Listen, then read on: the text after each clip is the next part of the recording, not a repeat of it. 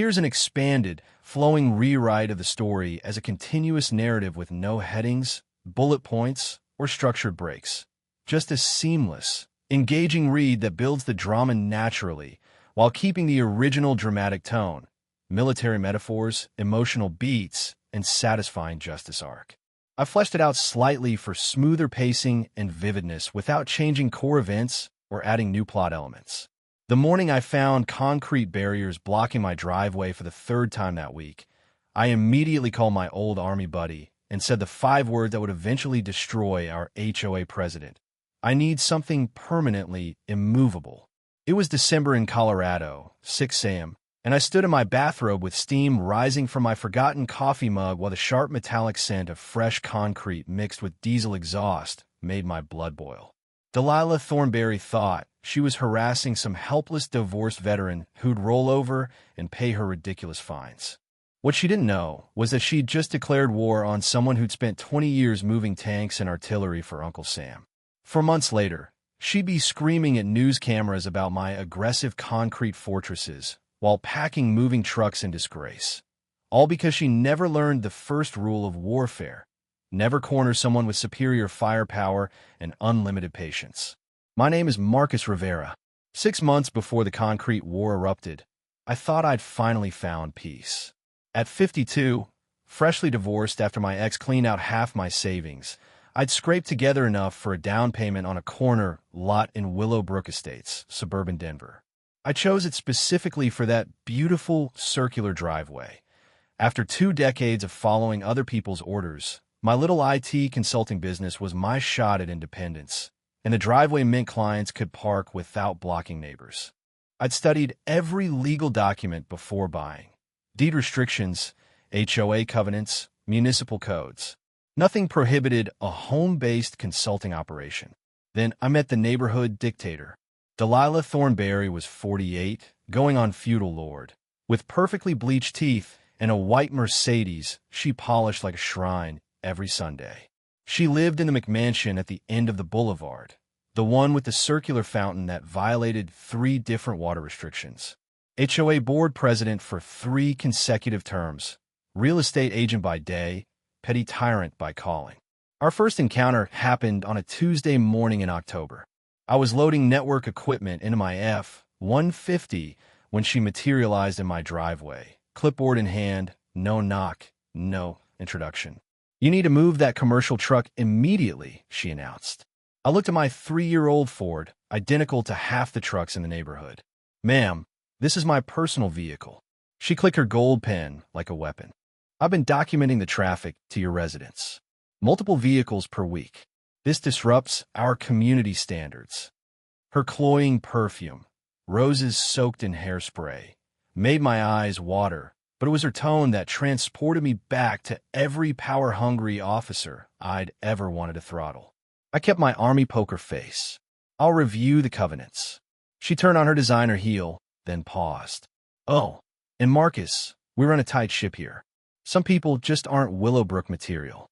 3 days later, the violation notice arrived: $150 for unauthorized commercial vehicle storage, threatening $500 daily fines if I didn't cease all business activities within 7 days.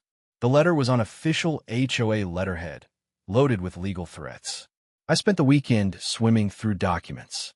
Nothing banned home offices or client visits. But buried on page 47 was her weapon: a deliberately vague commercial vehicle clause broad enough to ban pizza delivery. When I called for an appeal hearing, her assistant said the earliest slot was 6 weeks out. The fine deadline remained 7 days. Classic extortion: pay up or face escalating penalties while waiting for justice. But Delilah had made one crucial mistake. She tried to intimidate someone who'd spent 20 years dealing with life-or-death logistics. Someone who knew bullies only respect superior firepower. So I paid the blood money, filed the appeal, and made 2 strategic decisions: document everything with security cameras, timestamps, the works, and study this woman until I knew her weaknesses better than she did. Patience builds the strongest foundations, and I was about to build something she could never tear down. The cameras installed in November proved invaluable. Within 2 weeks, they caught Delilah measuring my driveway with surveyor's tape at 11:47 p.m. on a Tuesday. Infrared footage showed her white Mercedes parked 3 houses down like a getaway car, designer boots crunching frost, clipboard clutched as she documented spots where clients parked. The audacity was breathtaking. She'd trespassed, at minimum on the easement, gathering ammunition. The confrontation the next morning was electric. As she approached with her practiced smile, I said casually, "Funny you mentioned driveways. I was just reviewing fascinating security footage from last night. Didn't know midnight property surveying was such a popular hobby in Willowbrook." For 3 seconds, her mask cracked, genuine panic, before the plastic smile locked back. "Routine community assessment," she claimed. I showed her a still frame, her crouched at midnight, tape glinting. "That's official board business." Her jaw tightened. "You're being deliberately obstructive." I leaned against my truck. "Walk me through which covenant prohibits my consulting business." She launched into the tired commercial vehicle rhetoric, but I was locked and loaded. 3 sleepless nights researching Colorado HOA statutes in case law revealed the truth.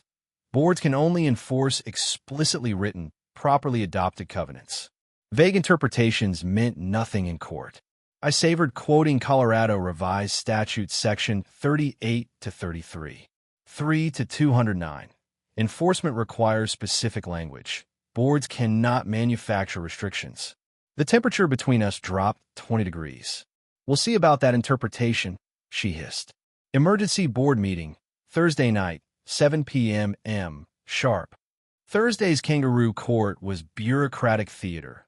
5 board members at a folding table like medieval judges, Delilah presiding, maybe 15 residents scattered, none near my property. Her PowerPoint was congressional level, aerial photos making my modest lot look industrial, dramatic slides on excessive vehicular traffic and incompatible activities. My turn came. I distributed highlighted covenants. Page 12 permitted home-based businesses absent documented nuisances. Page 15 defined commercial vehicles over 10,000 pounds. My truck was 6,200. I tracked client visits. Average 2-3 vehicles per week, 47-minute durations, reasonable. Then the procedural bomb. Bylaws required 72-hour written notice for emergency sessions. This was emailed Monday evening only, violating statutes. The room exploded in whispers. A calm voice from the back, Frank Kowalski, 70-something retired attorney, rose. "His procedural objections are correct. This meeting violates multiple requirements." Delilah banged her gavel, but the room emptied like roaches under lights. I watched her face, pure, concentrated hatred. 1 week later, at 6:17 a.m., my truck was gone, towed from my own driveway. Bright orange sticker. Illegally parked vehicle removed per HOA authority. Release fee, $350 plus $25 daily storage. Frank appeared with coffee and grim explanation.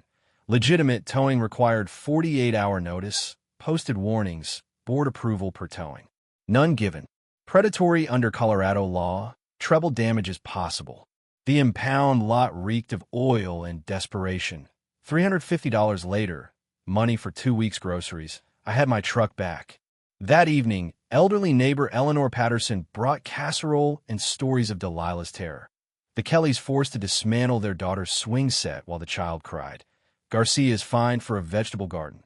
Johnson's for a dog run. "It's evil," Eleanor whispered. "She's terrorizing anyone who doesn't fit her vision." Rage tasted metallic.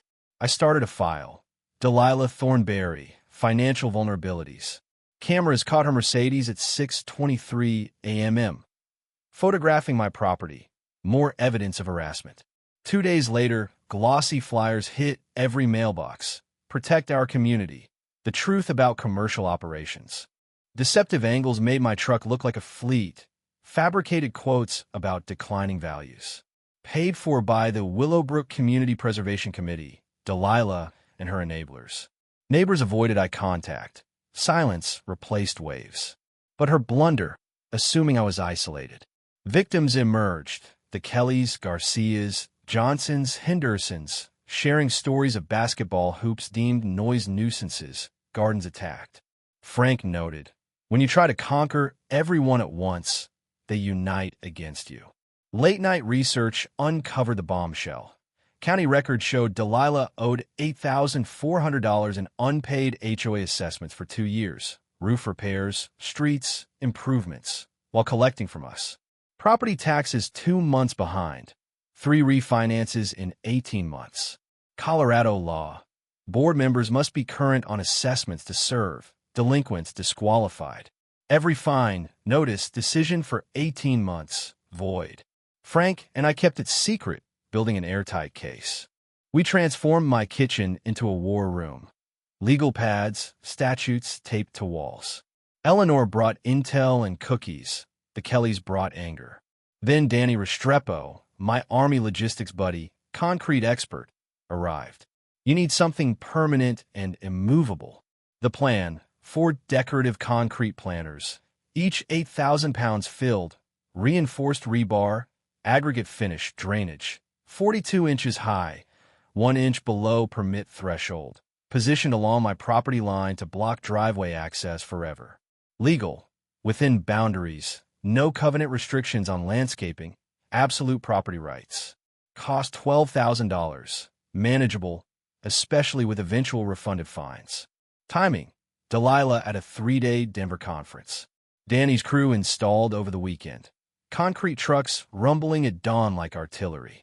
By Sunday evening, for magnificent sentinels stood beautiful evergreens, subtle lighting, immovable without heavy machinery. Monday morning, her Mercedes screeched to a halt. She stared for 3 minutes, then exploded, circling, photographing, screaming into her phone. City inspector arrived, measured, reviewed specs. Fully legal, excellent landscaping. She hired expensive lawyers for nuisance and spite structure claims. Certified letter demanding removal in 30 days. Frank laughed. No foundation. Lawyers withdrew after discovering her disqualification. Neighborhood loved the planters. Curb appeal up. Families asked for Danny's contact. Her final meltdown. Petition for hazardous structures. 3 signatures. Unhinged Facebook rants at 2:17 a.m. 17 drive-bys in 1 day.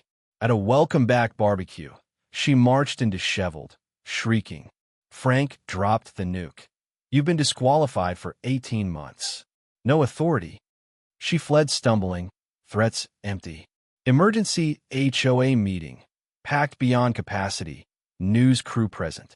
Delilah's insane PowerPoint portrayed planners as insurgency. My response, covenants, harassment timeline. Then Frank's records reveal. Room erupted, outrage at her fraud. She screamed lies, caught on camera. Board demanded resignation. Unanimous. She submitted via email. House on market motivated seller. Moving trucks rolled out. White Mercedes followed, tail lights vanishing. Neighborhood exhaled. Eleanor as new president brought transparency. Potlucks instead of tribunals. Property values rose 18%. Gardens, playgrounds returned. Laughter echoed. My business boomed. Story spread. 6 months later, at Eleanor's anniversary barbecue, I met Sarah Mitchell and her daughter Emma, who climbed the planters joyfully. They became legendary, featured in magazines, inspiring tyrant-proof installs. Danny's business tripled. Frank's workshops packed. We launched a veteran scholarship fund in my driveway, $6, 800 first event. 3 years on, I watch kids play around those 32,000 pounds of victory under gentle lighting. Roots deep in soil that once held fear, now freedom. Bullies only have power you allow. Sometimes the best response to an immovable tyrant is becoming something even more immovable yourself. Got your own HOA horror story? Drop it below. You're not fighting alone.